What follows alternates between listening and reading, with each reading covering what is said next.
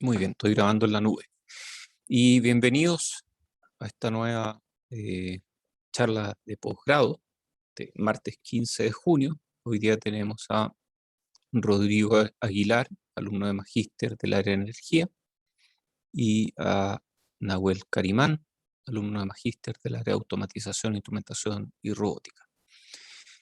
Em, Les pido a cada uno, primero a Rodrigo, luego a Nahuel, que por favor hagan una charla de unos 20 minutos, 25 minutos a lo más, cosa de dejar algo de tiempo para preguntas. Rodrigo, puedes compartir pantalla cuando quieras. El resto, por favor, apaguen sus micrófonos. Gracias, profesor. Pantalla 2. ¿Se ve, cierto? Sí, sí se ve. Ya. Un momento. Ya. Se voy a partir. Bueno, yo soy Rodrigo Aguilar, soy estudiante de magíster del área de electrónica de potencia. Mi profesor supervisor es Javier Perea. Y les voy a presentar hoy una nueva topología multinivel para aplicaciones de bajo voltaje y de frecuencia variable, en la cual estoy trabajando en conjunto con el Centro de Investigación de la Universidad Andrés Bello. A modo introductorio, voy a hablar de los conversores de C a C multinivel, en los cuales destaca que tienen una mejor forma de onda de salida con conversor clásico de 2 niveles, que sería este de acá. Si bien existen muchas topologías multinivel con bastante diferencia entre sí, el objetivo común entre todos es disminuir la distorsión armónica existente en las corrientes de salida, es decir, llegar a una corriente lo más sinusoidal posible. Esto permite usar filtros reducidos y mejorar mucho la calidad de potencia que se entrega a la carga o bien la potencia que se le exige a la fuente. Dentro de todos estos conversores multinivel de CAC que existen, me voy a enfocar en el Modular Multilevel Converter o MMC, que se presenta en esta figura de acá. Esta estructura, o la estructura básica de este conversor, corresponde a este submódulo de aquí, que es básicamente un capacitor conectado a un medio puente. Y todos estos submódulos se conectan en serie para formar lo que se denomina un brazo del conversor. Existe un brazo superior, que sería este de acá, y un brazo inferior, que sería este de acá, para cada fase. Y el conjunto del brazo superior e inferior es lo que se denomina una pierna del conversor. Este conversor se manejan los voltajes de los submódulos superiores e inferiores, y esto permite generar una forma de onda muy escalonada a la salida. Entonces, mientras más submódulos uno tenga, más semejante a una sinusoidal es la forma de onda o el voltaje que se genera a la salida. Aquí cabe destacar que cada capacitor del conversor tiene que manejar un voltaje que corresponde al voltaje de C de la fuente, dividido en el número de submódulos. Y el número de submódulos es la cantidad de módulos que yo conecto en serie en el conversor. Esta estructura y la forma de onda que genera el MMC tiene muchas ventajas. La primera es la modularidad, que se traduce en un fácil reemplazo de los módulos defectuosos. Es decir, si uno de estos submódulos llega a tener alguna falla, yo simplemente retiro este submódulo y lo reemplazo por uno en buen estado. No tengo que hacer el reemplazo del conversor completo. Lo otro es la escalabilidad, que es diseñable en un amplio rango de potencias. Es decir, es siempre la misma estructura y independiente del rango de potencia en el que se trabaje.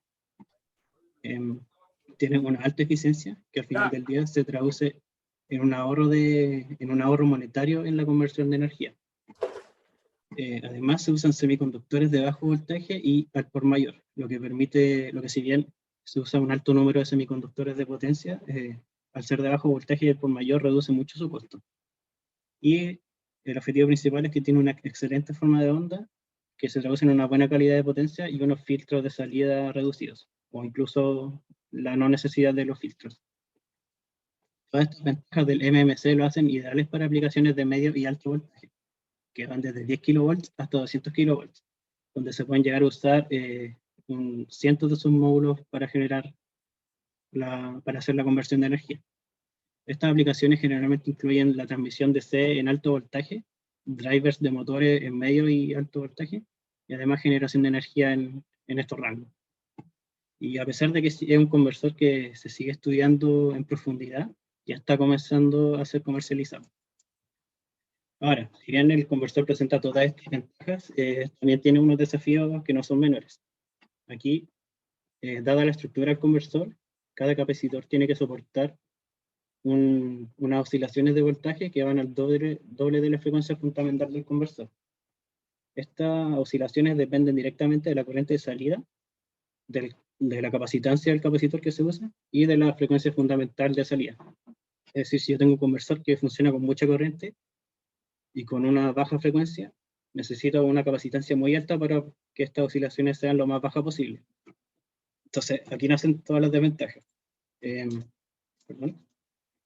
requiere una gran cantidad de capacitores de alta capacitancia, lo que aumenta considerablemente el volumen y disminuye la fiabilidad del conversor.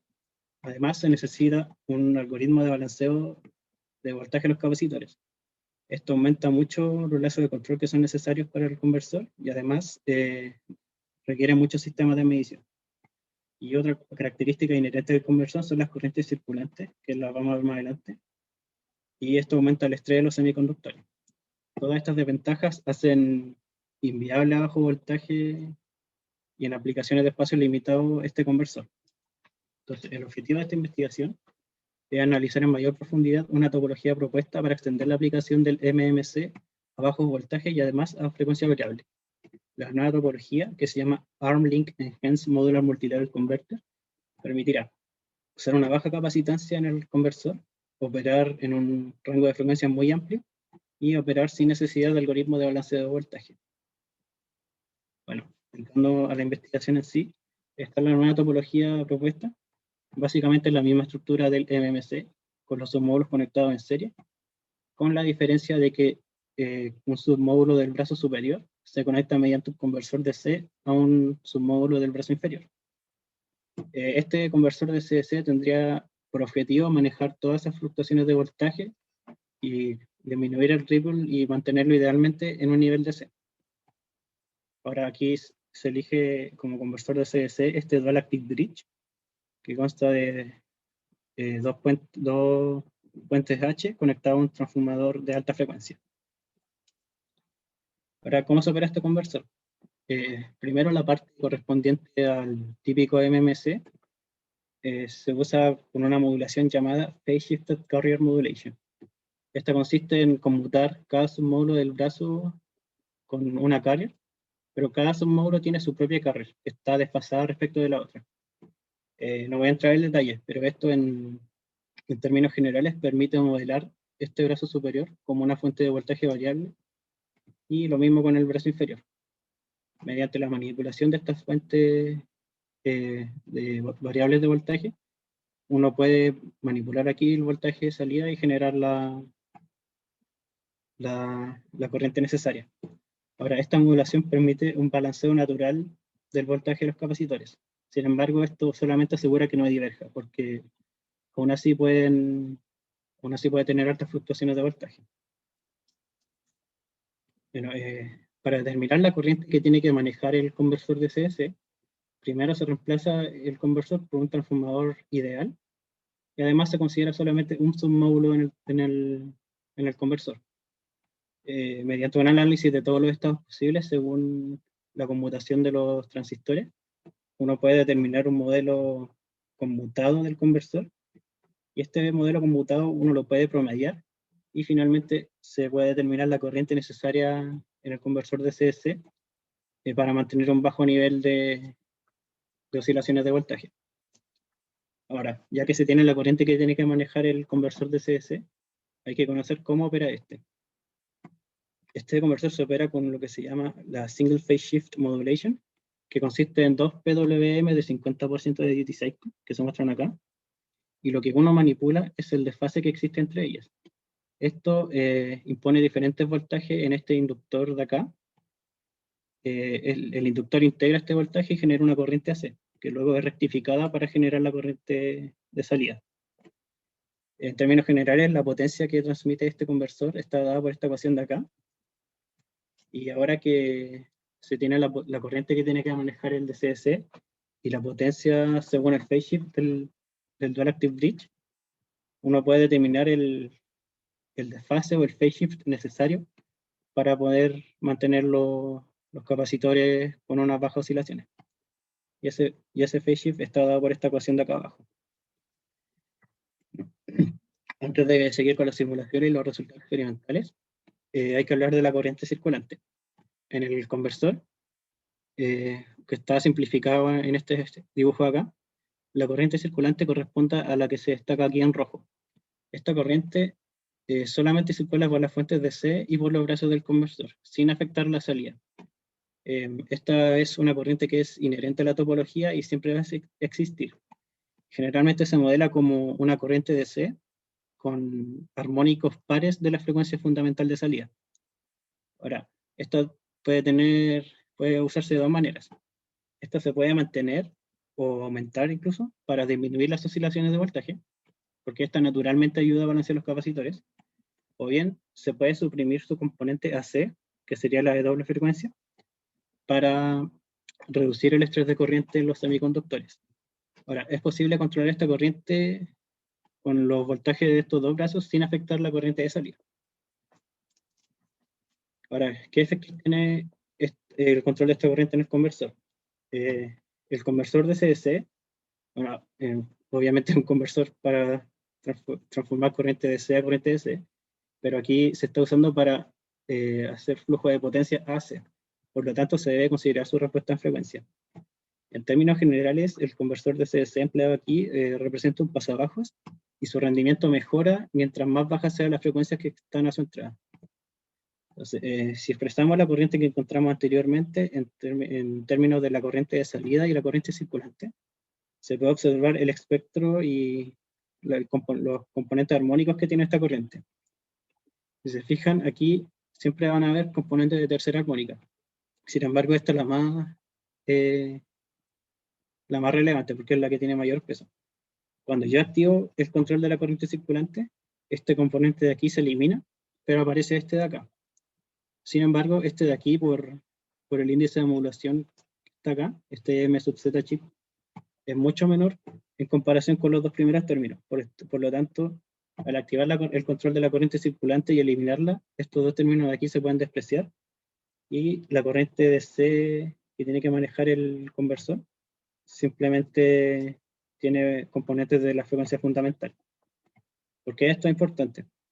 Porque generalmente el transformador va a funcionar alrededor de los 100 kHz y por lo tanto, si yo un transformador de 100 kHz le meto corrientes que son de muy baja frecuencia, se puede calentar mucho y puede aumentar las pérdidas o bien saturar el núcleo del transformador.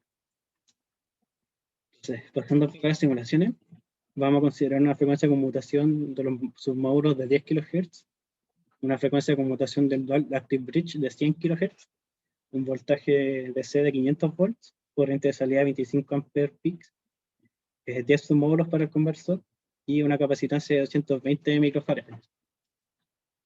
La primera simulación muestra una comparación de la topología propuesta aquí a la izquierda.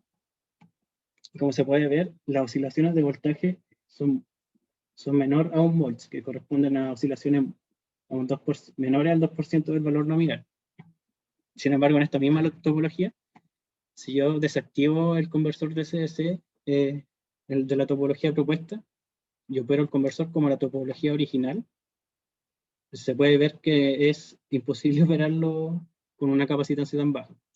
Se ve que se está manteniendo bien en 50 volts hasta que yo desactivo el conversor de CDC y las oscilaciones de voltaje oscilan entre 0 y casi el 100%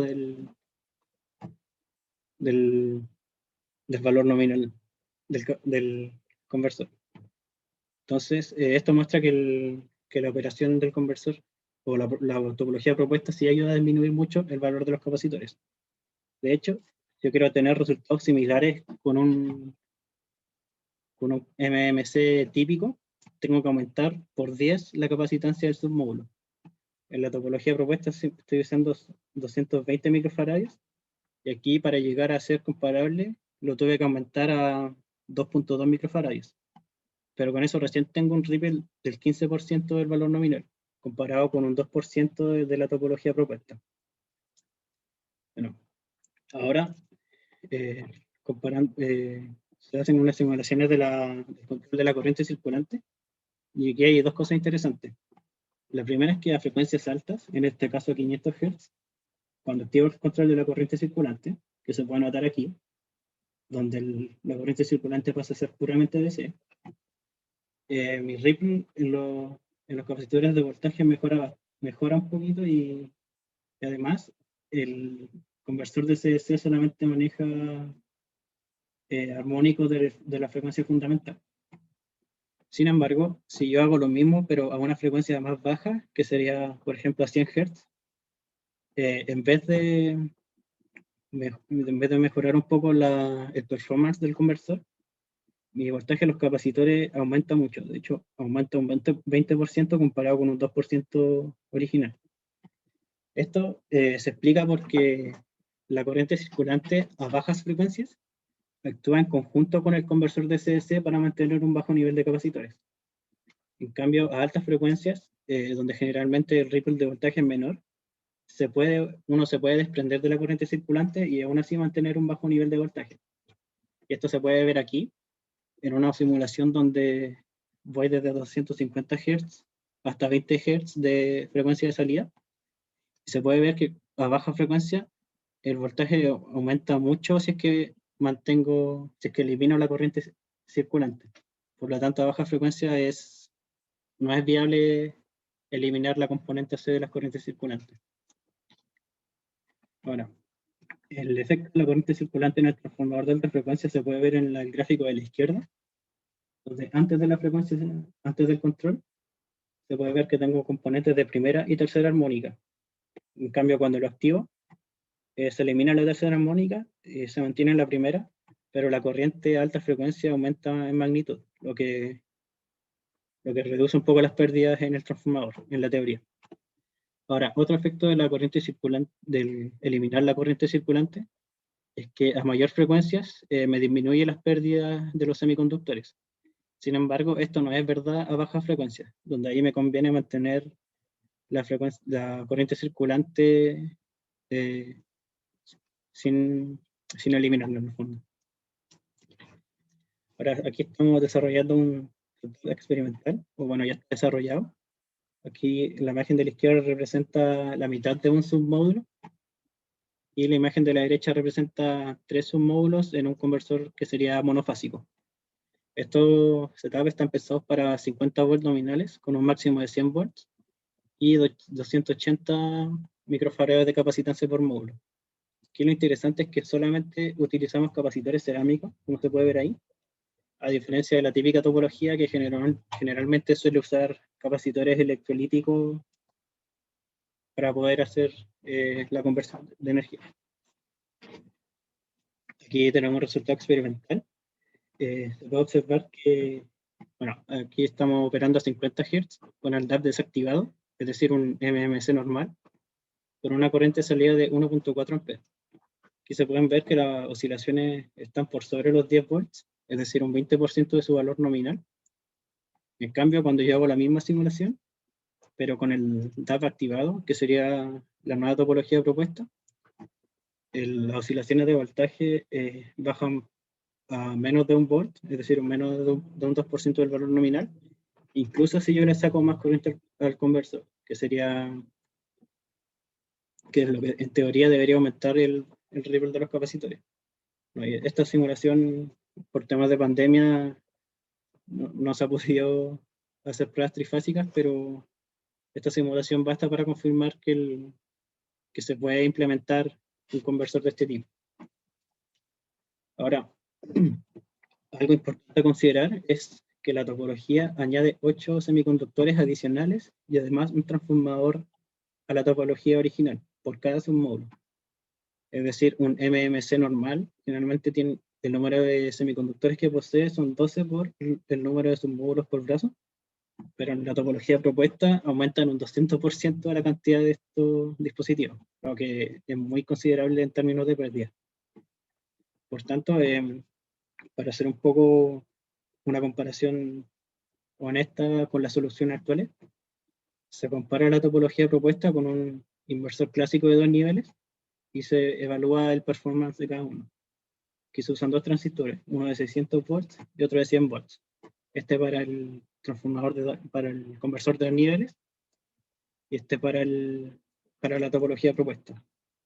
Aquí se pueden ver los resultados, donde la topología propuesta tiene una calidad de corriente muy excelente, a diferencia del conversor de 2 niveles, donde se puede notar mucho la distorsión armónica que existe en las corrientes de salida. Ahora, sorprendentemente, a pesar de que este conversor tenga 360 dispositivos semiconductores, sus pérdidas siguen siendo menores a la del conversor de niveles. Y además, estas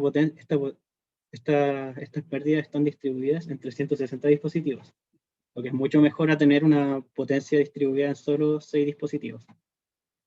Por lo tanto, el sistema de enfriamiento del conversor propuesto sería mucho más simple que el de uno de 2 niveles. Sin embargo, esto de aquí no considera las pérdidas del transformador, por lo tanto no se pueden sacar conclusiones tan apresuradas. Ahora, a modo de conclusión final, las simulaciones y pruebas iniciales muestran que el conversor sí es operable y que soluciona los problemas de la topología original en bajo voltaje.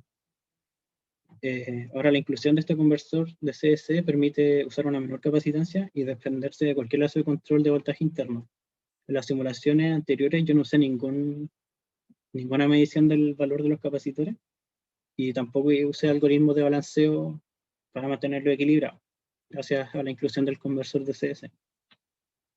Además, considerando las opciones de operación que se pueden aplicar a este conversor, se pueden hacer distintas combinaciones dependiendo de la frecuencia en la que se opere. Por ejemplo, a baja frecuencia se puede activar el conversor de CS y desactivar el control de la corriente circulante. A media frecuencia se sigue manteniendo activo el conversor de CS, pero se puede activar la corriente circulante y disminuir el estrés de corriente. Y a alta frecuencia uno se puede desprender del conversor de CS y mantener o desactivar la opción del control de corriente circulante. Todas estas operaciones y combinaciones dependen de la oscilación del voltaje a la que se llegue y también de las pérdidas en cada rango de frecuencia. Si lo comparamos con la solución actual, la topología propuesta tiene excelentes formas de ondas, las pérdidas están mejor distribuidas, se tiene este beneficio de la modularidad y además se usan semiconductores de bajo voltaje. Sin embargo, el número sigue siendo excesivo, el número de semiconductores sigue siendo muy excesivo en comparación con el inversor de 2 niveles.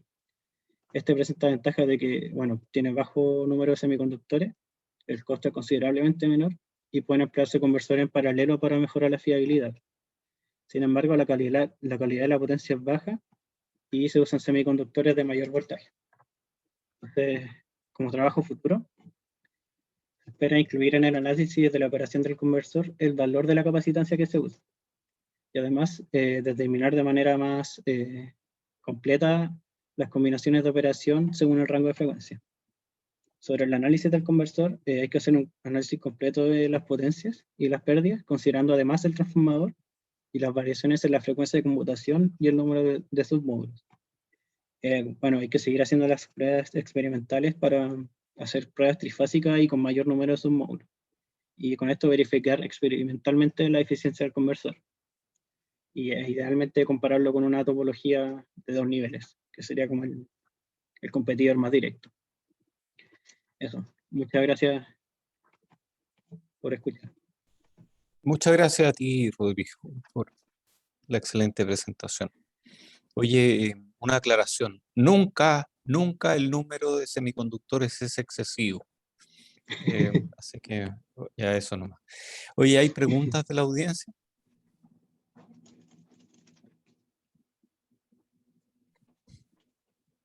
¿Hay espacio para una o dos preguntas, tal vez? Sí, sí, adelante, Marcelo. Hola, profesor. ¿Cuál es la diferencia? Te felicito, muy buena presentación. Yo soy un outsider, digamos, pero igual me gustaría meter la cuchara. ¿Cuál es la diferencia en costo Porque tú dijiste es más caro, pero ¿cuánto? Más o menos, ¿10 veces? ¿2 veces? ¿0,5?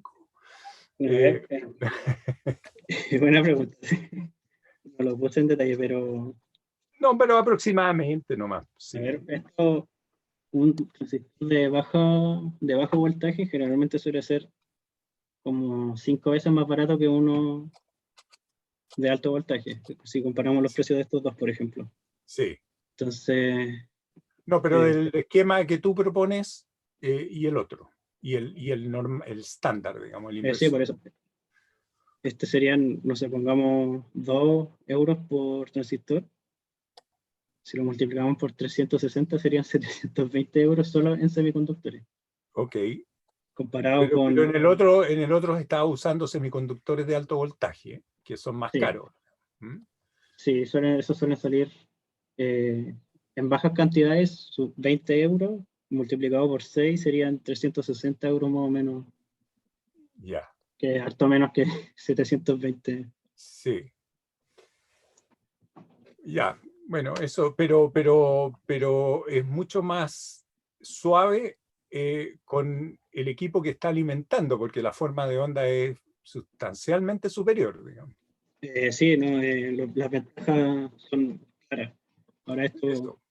si se usa en batería, por ejemplo, Ajá, sí o sí me va a aumentar la vida de la batería al por exigirle supuesto. menos Ujú. ripple en el fondo. Eso no Eh, va. no, gracias por la pregunta. Gracias, Marcelo. ¿Hay más preguntas o no?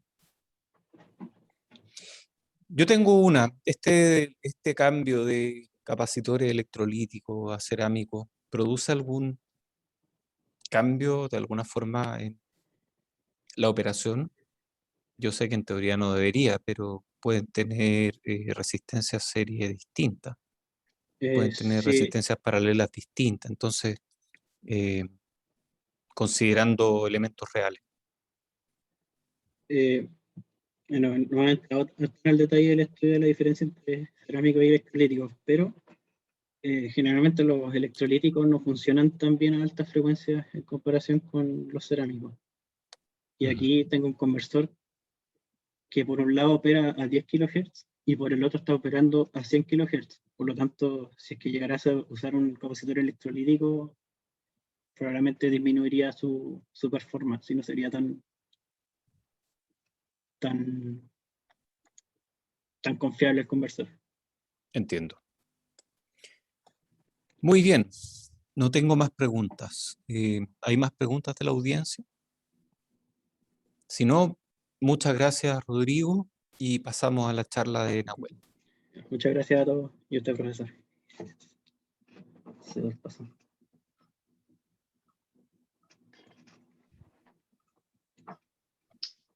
Ya, estoy compartiendo, ¿se ve? Sí, se ve. Ya, entonces, inicio de inmediato. Buenos días a todas y a todos. Mi nombre es Nahuel Carimán Fuenzalía. Soy alumno de magíster del profesor Felipe Núñez. Y hoy les vengo a presentar mi trabajo sobre el desarrollo de un sensor virtual predictivo de glucosa para el tratamiento de la diabetes tipo 1. Entonces, la diabetes es un grupo de enfermedades que se caracteriza por el alza crónica de azúcar en la sangre. Este es un tipo de enfermedad no transmisible que se estima que existen más de 422 millones de personas que la padecen en el mundo. Se estima que el 2012 generó la muerte directa de más de 1,5 millones de personas y la muerte indirecta de 2,2 millones de personas. Esta enfermedad conlleva un alto costo para las personas a nivel personal, como para el sistema de salud y por lo tanto para la economía del país. Adicional, en la figura, en las imágenes a la izquierda podemos ver una imagen típica del tratamiento de la diabetes, donde se está midiendo la concentración de glucosa a través de un dispositivo capilar. Y a la derecha se puede ver el símbolo del Día Mundial de la Diabetes, que se celebra el 14 de noviembre para concientizar y poder hacer más visible esta enfermedad. Entonces, ¿qué es lo que afecta a los niveles de glucosa en la sangre? Lo que afecta a los niveles de glucosa en la sangre suele ser la comida, el nivel de deporte que uno realiza, el estrés, el sueño y otro tipo de hormonas o eventos como enfermedades. El mecanismo encargado de controlar de controlar los niveles de concentración de glucosa en la sangre se denomina homeostasis de la glucosa y mantiene los niveles de glucosa en un rango estrecho de operación. ¿Cómo funciona? Cuando los niveles de glucosa están bajo cierto umbral, el páncreas segrega una hormona llamada glucagón a través de las células alfas. El glucagón viaja al hígado y libera las reservas que el cuerpo va almacenando en el tiempo para subir la concentración y llegar a un nivel normal. En caso contrario, cuando los niveles de glucosa son muy altos, el páncreas también segrega otra hormona llamada insulina, que se produce por las células betas, que activan el transporte de la glucosa de la sangre al interior de las células para su correcta utilización. Y así baja los niveles de concentración de glucosa en la sangre. Cabe mencionar que los niveles de glucosa en la sangre tienen efectos como fatiga, desorientación, visión borrosa, convulsiones y desmayos. Por el lado contrario, un nivel alto de glucosa en la sangre genera náuseas, ir mucho al baño, náuseas, vómitos, dolores abdominales o coma diabético. Y además los niveles altos de glucosa están asociados a los problemas de largo plazo de la diabetes, lo que son problemas cardiovasculares, daños a las terminales nerviosas, daños renales, retinopatía o amputación de extremidades inferiores. La diabetes se puede clasificar según su origen y existen dos tipos principales, que es la diabetes tipo 1, donde el cuerpo destruye las células betas y no puede producir insulina y debe suministrarse de manera externa, y la diabetes tipo 2, que es la más común, donde las células no son capaces de asimilar también la insulina, por lo tanto no pueden realizar tan bien su función y lo que eleva el nivel de glucosa en la sangre. Esta investigación se centra sobre la diabetes tipo 1. Entonces ahora tenemos que hablar cómo se trata actualmente la diabetes tipo 1. Un primer tipo de control y el método clásico es realizar mediciones periódicas a lo largo del día de la concentración de glucosas a través de un dispositivo, a través de muestras de sangre, que se realiza por un dispositivo electroquímico que genera una estimación de la glucosa en la sangre. Y se debe suministrar insulina de manera externa, inyectando con jeringa o con un dispositivo que se denomina lápiz de insulina. Dos tipos de insulina, que son las insulinas basales que actúan durante todo el día y las insulinas bolos que solamente deberían actuar por los periodos de comida o de necesidad rápida de insulina. El avance de la tecnología y de la necesidad de un mejor tratamiento se ha desarrollado dos dispositivos principales, que son dispositivos de medición continua y de acción continua. En la figura izquierda podemos ver el dispositivo continuo de glucosa. Este es un sensor que se inserta en el tejido intersticial del cuerpo, lo que genera mediciones periódicas a una tasa común de 5 minutos, de cada 5 minutos de la concentración de glucosa en el líquido intersticial, lo que a su vez sirve para estimar la concentración de glucosa en la sangre. Por otro lado, en la imagen derecha podemos ver un infusor de insulina. Este consta de una bomba que se conecta a través de una cánula en la piel del paciente para bombear insulina de manera constante. Es así como se ha creado el concepto de un páncreas artificial. Este concepto hace alusión a un tipo de controlador que logra controlar la diabetes de modo automático. Y su formulación más simple consta de un sensor de glucosa, una bomba de insulina y un controlador, como lo que se muestra en la figura. En términos de control, esto puede ser modelado como un sistema de lazo cerrado, donde el médico o el paciente fijan un objetivo de control. El controlador, a través de la bomba de insulina, determina la cantidad de insulina que se le debe suministrar al paciente, lo que altera la concentración de glucosa sanguínea. Y a su vez, un sensor de glucosa está constantemente monitoreando la glicemia y le da esa información al controlador. Adicionalmente, los primeros tipos de páncreas artificiales utilizan una información de la principal perturbación, que es la comida. La comida es el principal evento que altera significativamente los niveles de glucosa en la sangre, y los primeros páncreas lo utilizan. En este tipo de esquemas se han utilizado múltiples tipos de controladores en la literatura. Por ejemplo, controladores tipos expertos, controladores difusos, controladores PID o lógica o controladores adaptivos. Pero estos no suelen salir de simulaciones o de estudios clínicos, dado la dificultad del sistema. Por ejemplo, la bomba de insulina tiene un retardo de acción, al igual que el sensor de glucosa también tiene otro retardo que genera que el control sea muy difícil. Además, la dinámica misma del sujeto genera que tiene problemas con las no linealidades o la varianza temporal que cada cuerpo presenta, y además todos los cuerpos tienen dinámica distinta. El controlador que mejor resultado ha tenido son los controladores tipos predictivos, pero estos están muy sujetos al modelo que se les da, ya que un mal modelo genera malos resultados, pero un buen modelo genera buenos resultados. Eso sí, como en la literatura se plantea un nuevo tipo de controlador, o sea, un páncreas artificial más moderno que logra incorporar de manera indirecta mediciones del ejercicio, estrés y sueño, que son otras perturbaciones que suelen mover mucho la dinámica de la glucosa. Esto se logra a través de la incorporación de sensores fisiológicos en los pacientes. Por lo tanto, el objetivo de esta investigación se centra en desarrollar un sensor virtual de tipo caja negra o basado en datos, capaz de predecir la concentración de glucosa sanguínea en un horizonte de 30 minutos en base a múltiples variables. La metodología utiliza tres tipos de modelos principales.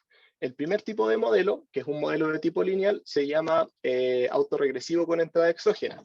En este tipo de modelo se realiza una predicción de la glicemia actual en base a mediciones pasadas de la misma glicemia y de otro tipo de variables de entrada, como por ejemplo la glucosa o quizás datos fisiológicos.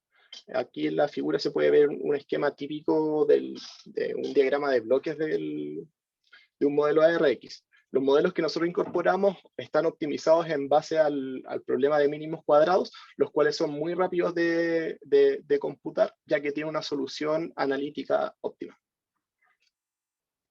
Un segundo tipo de modelos son los modelos que son modelos no lineales, son modelos no lineales autorregresivos con entrada exógena.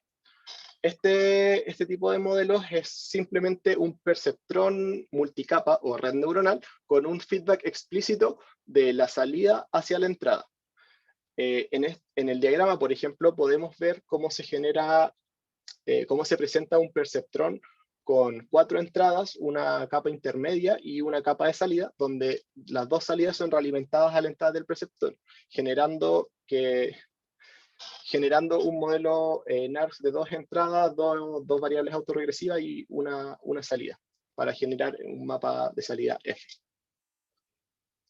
El tercer y último modelo es un modelo no lineal con red recurrente con topología encoder-decoder. Esta red ocupa 2 redes en cascada. ¿Cómo funciona? La primera red toma la secuencia de entrada generalmente de una alta dimensionalidad y codifica la información en un vector de estado de mucha menor dimensionalidad, donde la red se ve forzada a condensar toda la información. Luego esta información es decodificada por la segunda red neuronal a un estado de salida. Es decir, primero tomamos un mapa de entrada o el estado y del estado a la salida, como se puede ver en las ecuaciones. Luego de buscar los modelos que vamos a utilizar, debemos seleccionar las métricas para validar los modelos. La métrica que nosotros utilizamos para validar las series de tiempo nosotros escogimos la raíz del error cuadrático medio. Esta es una elección muy estándar en la predicción de series de tiempo, y además es la que utilizan otros autores en la literatura. Por lo tanto, se nos hace fácil comparar nuestros resultados con los resultados de otros autores.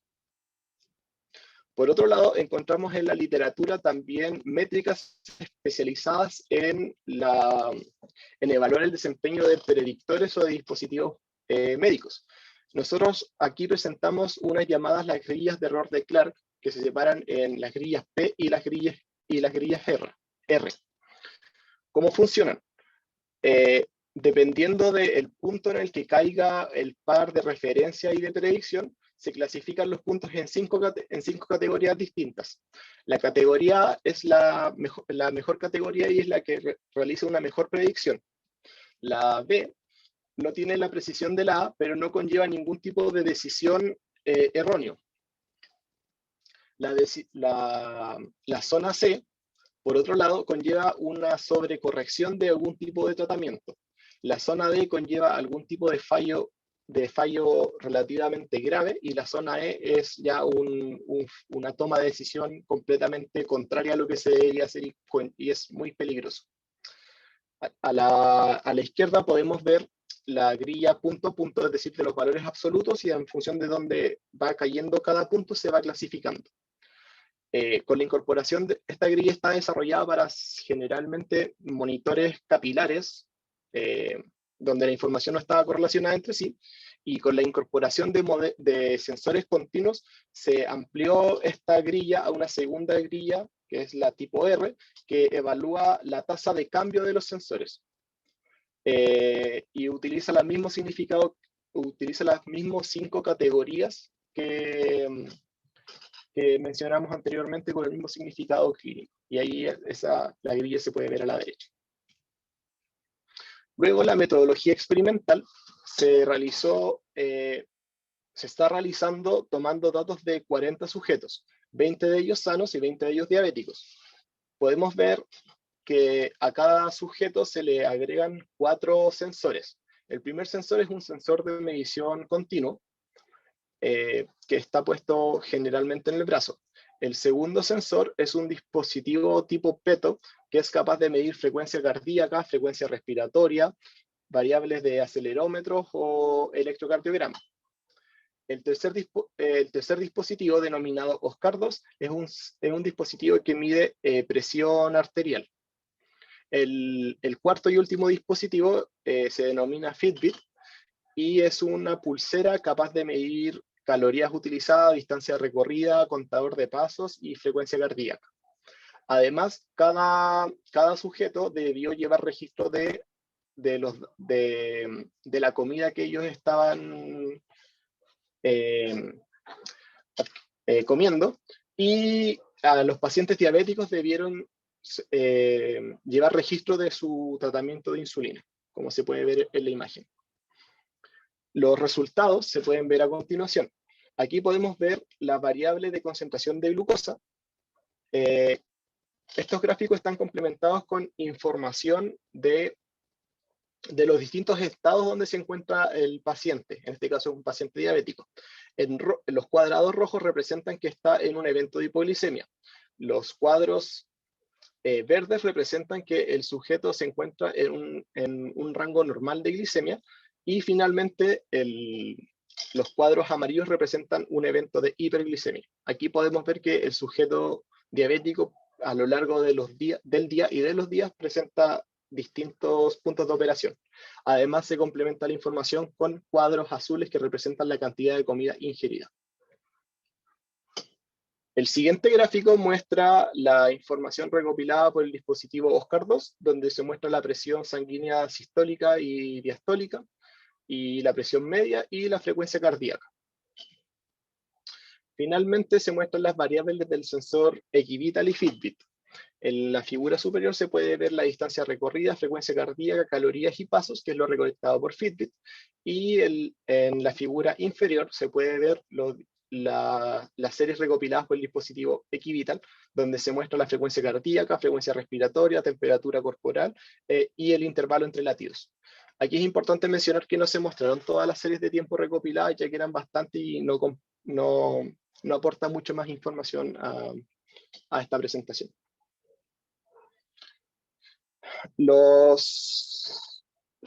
El trabajo realizado hasta el momento utiliza un modelo ARX donde se utiliza una serie de salida junto con todas las combinaciones de una serie de entrada para distintos órdenes para un modelo ARX. Y en esta figura se muestran los resultados obtenidos, que son los que obtienen un mejor resultado en base a la métrica de la raíz del error cuadrado medio. Aquí podemos notar que acá los resultados se muestran para 2 pacientes sanos y 2 pacientes diabéticos. De los pacientes diabéticos, el diabético 1 utiliza un tratamiento de jeringa y el diabético tipo 2 ocupa un tratamiento de bomba de insulina.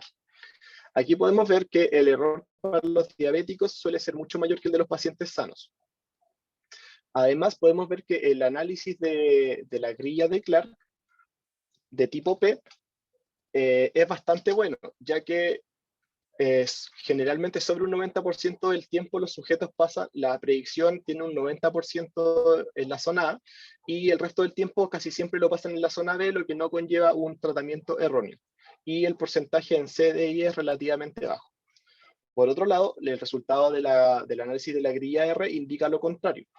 El porcentaje de la zona A baja significativamente, entre un 40 y un 75%, y el resto se distribuye entre los distintos puntos, entre las distintas zonas, que es B, C, D y E, lo cual puede conllevar a un error en el tratamiento de la diabetes. Aquí se muestra el mismo tipo de resultado, pero se muestran mejores resultados para la grilla para los mejores resultados de tipo P. Con los mejores resultados de tipo P me refiero a los que maximizan la pertenencia en A y en B. Aquí podemos ver que para los diabéticos existe un modelo al menos que te permite no tener predicciones que generen una elección errónea del tratamiento punto a punto, pero no se logra eso en la grilla tipo R. Se realizó una segunda búsqueda, pero esta vez con un modelo ARX utilizando 3 entradas exógenas para los diabéticos, ocupando una combinación de comida, una combinación de insulina y una combinación de variables fisiológicas. Y para la gente sana se realizó la combinación con entrada de comida y entrada fisiológica, donde se muestran los mejores resultados para la raíz del error cuadrático medio. Aquí podemos ver que la tendencia se mantiene en base a la anterior, pero los resultados mejoran un poco. Y lo mismo se puede ver para los datos que mejoran los resultados para la grilla tipo P, donde se ve que el error para los diabéticos rondea los 18 miligramos por decilitro y para los sanos está entre 12 y 14. Y además la pertenencia a la zona P suele estar toda concentrada en A y B, y en la zona R no pareciera haber una mejora sustancial. A continuación se muestra los resultados gráficos del análisis de las grillas, donde a la izquierda se pueden ver las grillas para una persona diabética y a la derecha para las personas sanas. Aquí podemos ver que la persona diabética opera en un rango de operación mucho más variable que la persona sana, que tiene todos los datos casi concentrados cercanos a 100 miligramos por decilitro. Y además se puede ver cómo distribuye el error de tipo R, en la grilla tipo R, donde se ve una mayor dispersión para la persona diabética que para la persona sana. Como conclusión y trabajos futuros, se puede concluir que en relación a las métricas al resultado del error cuadrático medio, incorporar más de una entrada puede mejorar el modelo, pero la ganancia no es tan grande y en general es menor a 1 miligramo por decilitro. Por otro lado, analizando los valores en base a las grillas tipo P, se puede ver que estas distribuyen de manera similar tanto para personas diabéticas como para personas sanas. Y por otro lado, los resultados de el resultado del análisis de grilla R presenta una mayor dispersión entre sujetos, donde no se logra ver una diferencia entre distintos sujetos, ya sea diabéticos o no diabéticos. Como trabajo futuro queda realizar modelos no lineales presentados anteriormente y utilizar en la función de pérdida del optimizador la información de los datos R para ver si podemos obtener un mejor desempeño y lograr mejorar lo que nos ha arrojado que que está fallando en los modelos actuales, que es la tasa de error. Y eso, con eso concluyo mi presentación. Muchas gracias, Nahuel, por tu excelente presentación. ¿Hay preguntas de la audiencia? Si quieres, puedes dejar de compartir. Yo tengo una pregunta, de nuevo. Sí, dale. Nahuel, mira, te quería... ¿tú estás desarrollando el control o estás desarrollando un dispositivo para medir la glucosa? Estoy desarrollando un modelo capaz de predecir. Es decir, Ya. no está incorporado el modelo. Ya. Es solamente determinar el sistema. Ya. Mira, a principios de los 2000, digamos, como entre el 2000, yo diría 1998 en adelante, hasta más o menos el 2007, 2008, trabajé con un doctor diabetólogo de la UC, justamente en esto mismo. Y nosotros usamos en esa época un sensor de glucosa subcutáneo que nos costaba un ojo de la cara y duraba muy poco, duraba como 4 o 5 días porque después el organismo empezaba a encapsularlo. Me esperan un poquito que estoy perdiendo la calidad del audio. ¿Aló? ¿Se escucha? Sí, yo te escucho Sí, se bien. escucha. Ay, sí, ahora sí lo escucho. Adelante, profesor. Ya. Mira, entonces nosotros usamos un sensor subcutáneo que producía una empresa americana, me acuerdo que estaban en Massachusetts, no me acuerdo el nombre de esto. Ellos hacían un sensor de glucosa subcutáneo que duraba del orden de 3 a 4 días midiendo, porque como el cuerpo, cualquier cosa extraña la empieza a encapsular, ¿no es cierto? Y lo que sucedía era que dejaba de medir en forma fidedigna. Y desarrollamos un algoritmo de control en esa época que era muy parecido a un PID, un poquito más sofisticado que un PID nomás. Y lo probamos, tuvimos la suerte de poder probarlo en pacientes hospitalizados, en el Hospital Clínico de la UC, con la venia de ellos firmada, y con ojos de enfermeras y doctores puestos ahí mientras funcionaba, o sea, nunca lo dejamos solo a la persona. Y usábamos las mismas bombas con que te inyectan, ¿no es cierto?, lo que te van a poner, esas cajitas cuadradas que cuelgan de ese trípode, digamos, y usamos esas mismas donde teníamos glucosa e insulina, y este algoritmo era capaz de combinar, ¿no es cierto?, para mantener el control lo mejor posible. Y funcionó bastante bien. De hecho, publicamos un trabajo, un paper en una revista, todavía no me acuerdo, también no me acuerdo el nombre, me estoy poniendo muy viejo, pero era de Elsevier, es lo único que recuerdo, y era algo así como diabetes o algo, tenía el nombre de diabetes ahí en metido. Y yo no sé si te interesa, te puedo buscar el artículo y mandarlo. Ese es el paper nuestro que ha sido lejos más referenciado.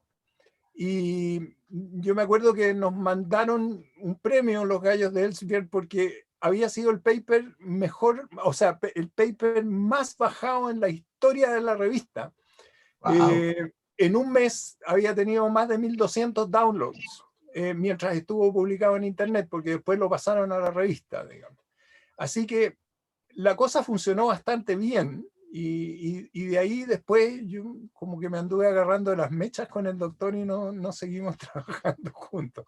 Pero no sé si te interesa, pero es un campo que está que tiene mucha investigación hoy día, muchísima investigación, digamos. Así que yo creo que es súper bueno el trabajo que está haciendo, y yo no lo dejaría de lado. Yo hablaría con gente, no lo dejaría como una investigación que está parada ahí, sino que trataría de de aplicarla de alguna forma. Porque hay mucho interés en el control de la diabetes, muchísimo, digamos. Hay mucha plata también circulando ahí, porque un algoritmo de control vendible se especula que va a generar mucha utilidad en las empresas y las farmacéuticas.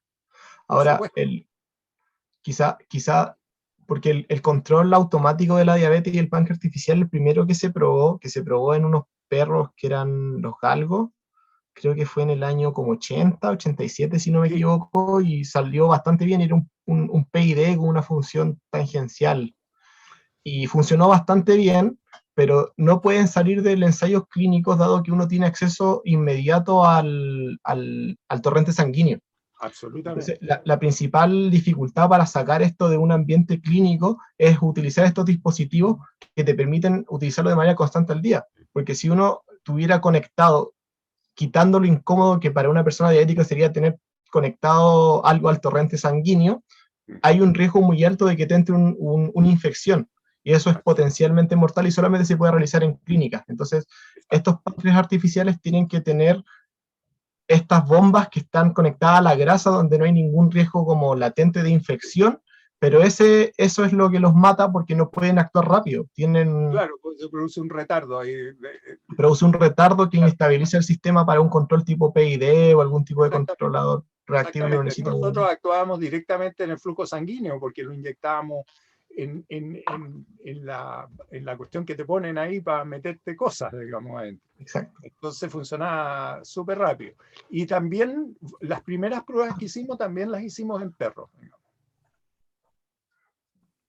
Wow. Está bueno. Sí, alguien publicó en el chat un link al paper, que pareciera ser uno que está ahí en el chat. Sí. Hoy estamos pasados de la hora. Sugiero que sigan esta discusión offline. Si quieren seguir conectados por mí, no hay problema. Yo está bien, si no... Pero yo me tengo que ir a una reunión. Sí, ya, súper bien. Oye, muchas gracias a todos por haber venido. Voy a dejar de grabar. Cuéntame una cosa, ¿qué pasa con los profesores? No los veo. ¿Están? Sí, voy a dejar de grabar.